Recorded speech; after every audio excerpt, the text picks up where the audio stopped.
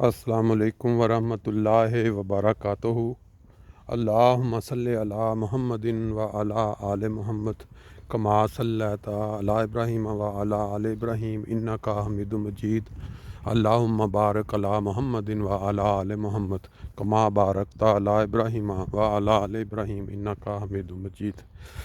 دوستو، آج 4 جنوری 2021 کی صبح 9 بجے کا ٹائم ہے، اور میں فرینکفرٹ جرمنی سے تقریباً 250 کلومیٹر دور بہت ہی خوبصورت وٹنبرگ سے ایک صوبہ ہے، اس کا ایک شہر ہے ہائیڈلبرگ کہہ رہا ہوں،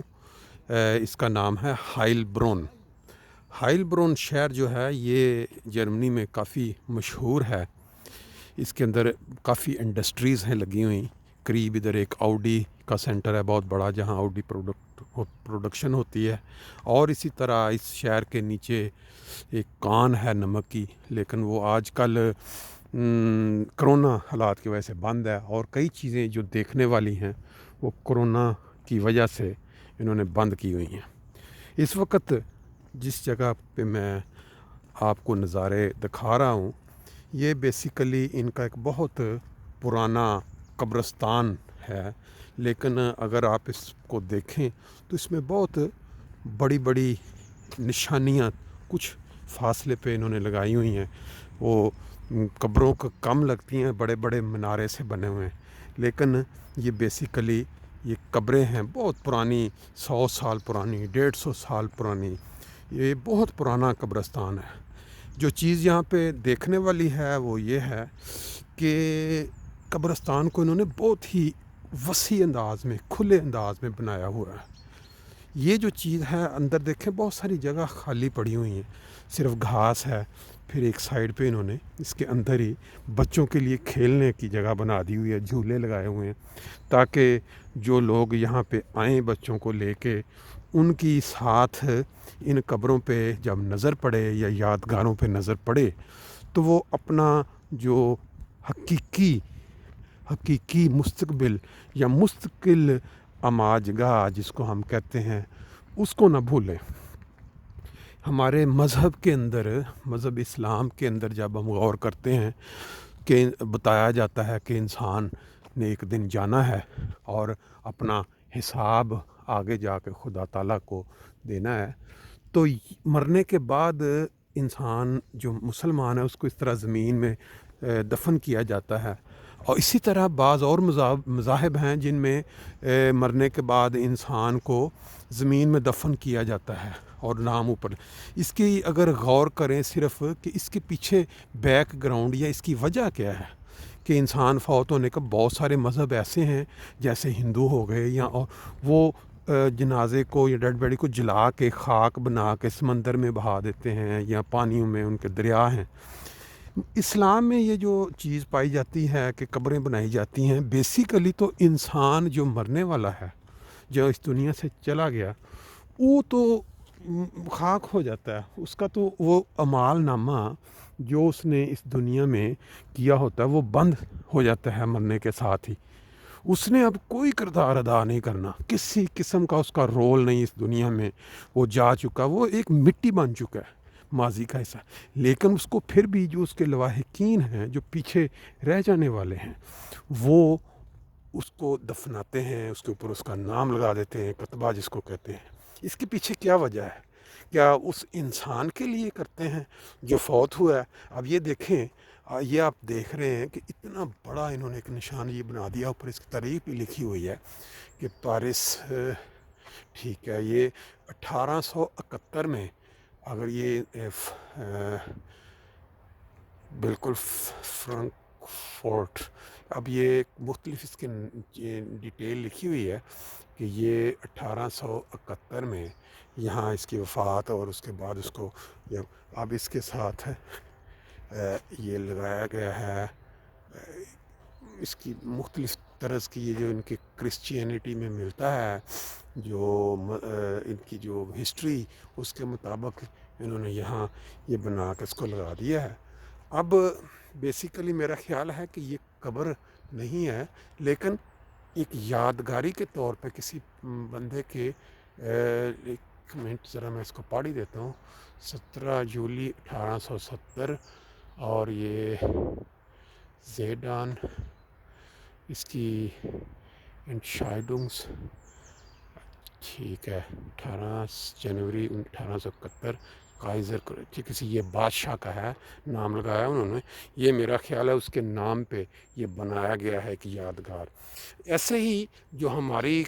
مسلمانوں کی قبریں ہوتی ہیں اس کے اوپر جب یہ لگا دیا جاتا ہے کتبہ تو وہ اس انسان کی ہسٹری ہوتی ہے. ان لوگوں کے لیے وہ جو آ کے دیکھتے ہیں وہ عبرت پکڑتے ہیں, اس سے سبق سیکھتے ہیں کہ انسان جس طرح کا بھی ہے اس نے ایک دن اس جگہ پہنچ جانا ہے. لیکن ہم لوگ جو ہیں وہ اکثر و بیشتر جتنے بھی اکثر دنیا کے مذاہب میں انسان ہیں وہ جب تک زندہ ہوتے ہیں آخری لمحے تک ان کی ایک کیا سٹرگل ہوتی ہے ایک دوسرے, اگر سب کی نہیں بھی,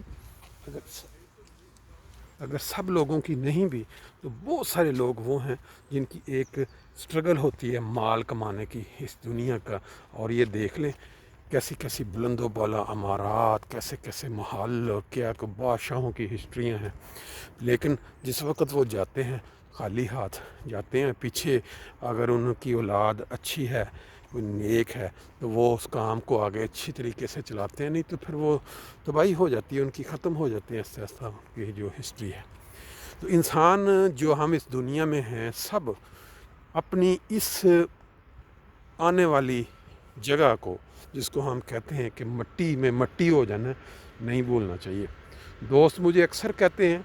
کہ جی آپ ہر ٹائم قبرستانوں کی تصویریں دکھاتے ہیں, ویڈیو دکھاتے ہیں. میں یہ سمجھتا ہوں کہ یہ ایک ایسی چیز ہے جس پہ اکثر انسان بھولے رہتے ہیں جدھر جس کو, اور وہ دنیا میں اتنے محو ہو جاتے ہیں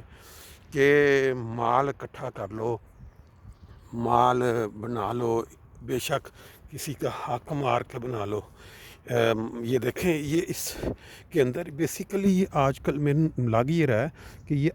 پرانا قبرستان ایک ہسٹری بن چکی ہے. اس کے اندر نئی قبریں یا نئی تدفینیں نہیں ہو رہی, بلکہ یہ وہ جو کسی زمانے کے بادشاہ یا بڑے بڑے لوگ تھے نا